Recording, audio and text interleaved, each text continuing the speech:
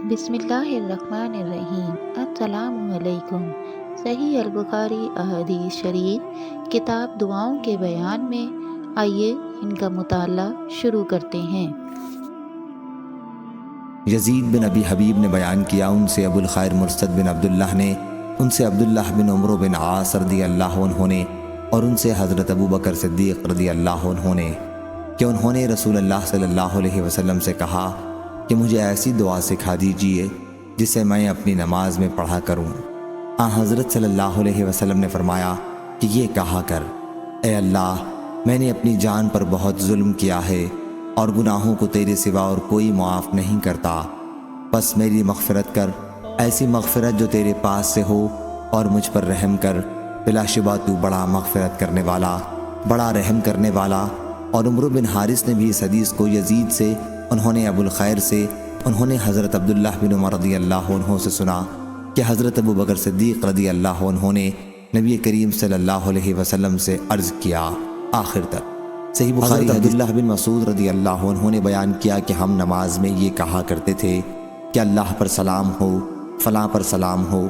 پھر حضرت صلی اللہ علیہ وسلم نے ہم سے ایک دن فرمایا کہ اللہ خود سلام ہے، اس لیے جب تم نماز میں بیٹھو تو یہ دعا پڑھا کرو: التحیات للہ، ارشاد الصالحین تک، اس لیے کہ جب تم یہ کہو گے تو آسمان و زمین میں موجود اللہ تبارک و تعالیٰ کے ہر صالح بندے کو پہنچے گا۔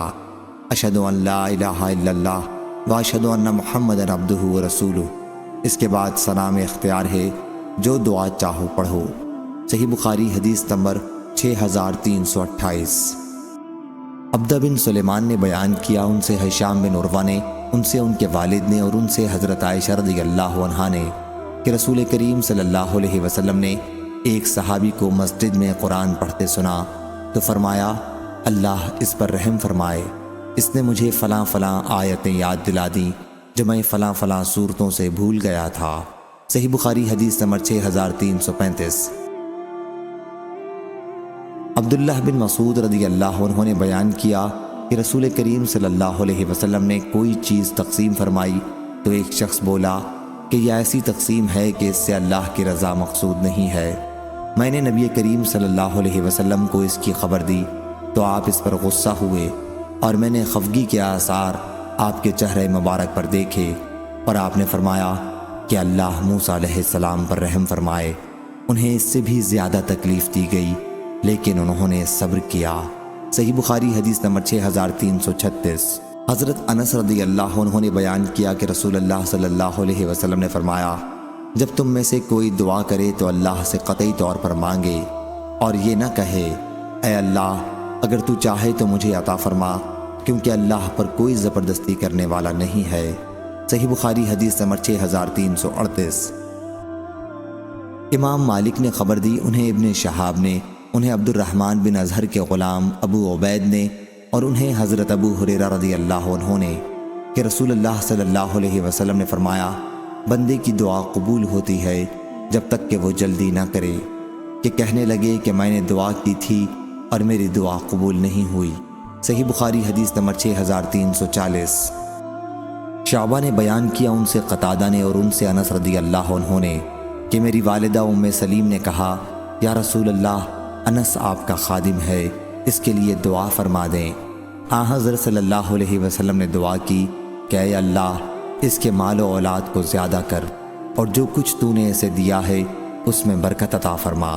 صحیح بخاری حدیث نمبر 6344۔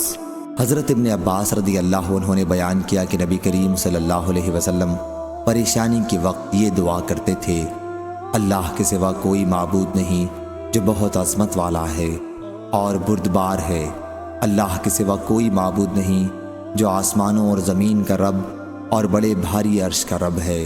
صحیح بخاری حدیث نمبر 6345۔ حضرت انس رضی اللہ عنہ نے بیان کیا کہ رسول کریم صلی اللہ علیہ وسلم نے فرمایا: تم میں سے کوئی شخص کسی تکلیف کی وجہ سے جو اسے ہونے لگی ہو موت کی تمنا نہ کرے۔ اگر موت کی تمنا ضروری ہی ہو جائے تو یہ کہے کہ اے اللہ جب تک میرے لیے زندگی بہتر ہے مجھے زندہ رکھیو، اور جب میرے لیے موت بہتر ہو تو مجھے اٹھا لیجئے۔ صحیح بخاری حدیث نمبر 6351۔ سعید بن ابی ایوب نے بیان کیا ان سے ابو عقیل زہرہ بن معبد نے کہ انہیں ان کے دادا عبداللہ بن حشام رضی اللہ عنہ ساتھ لے کر بازار نکلتے یا بازار جاتے اور کھانے کی کوئی چیز خریدتے، پھر اگر عبداللہ بن زبیر یا عبداللہ بن عمر رضی اللہ عنہم کی ان سے ملاقات ہو جاتی تو وہ کہتے کہ ہمیں بھی اس میں شریک کیجیے کہ رسول اللہ صلی اللہ علیہ وسلم نے آپ کے لیے برکت کی دعا فرمائی تھی۔ بعض دفعہ تو ایک اونٹ کے بوجھ کا پورا غلہ نفع میں آ جاتا اور وہ اسے گھر بھیج دیتے تھے۔ صحیح بخاری حدیث نمبر 6353۔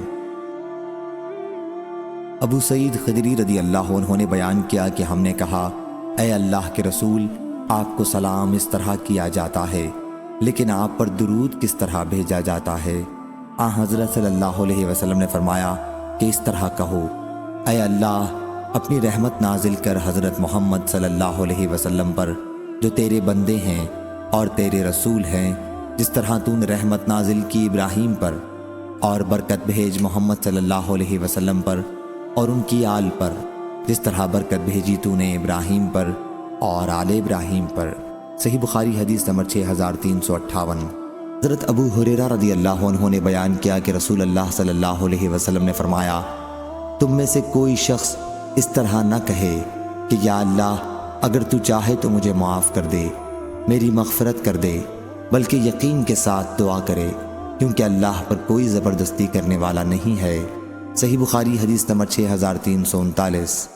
انس بن مالک رضی اللہ عنہ نے بیان کیا کہ نبی کریم صلی اللہ علیہ وسلم کہا کرتے تھے کہ اے اللہ میں تیری پناہ مانگتا ہوں عاجزی سے، سستی سے، بزدلی سے اور بہت زیادہ بڑھاپے سے، اور میں تیری پناہ مانگتا ہوں عذاب قبر سے، اور میں تیری پناہ مانگتا ہوں زندگی اور موت کی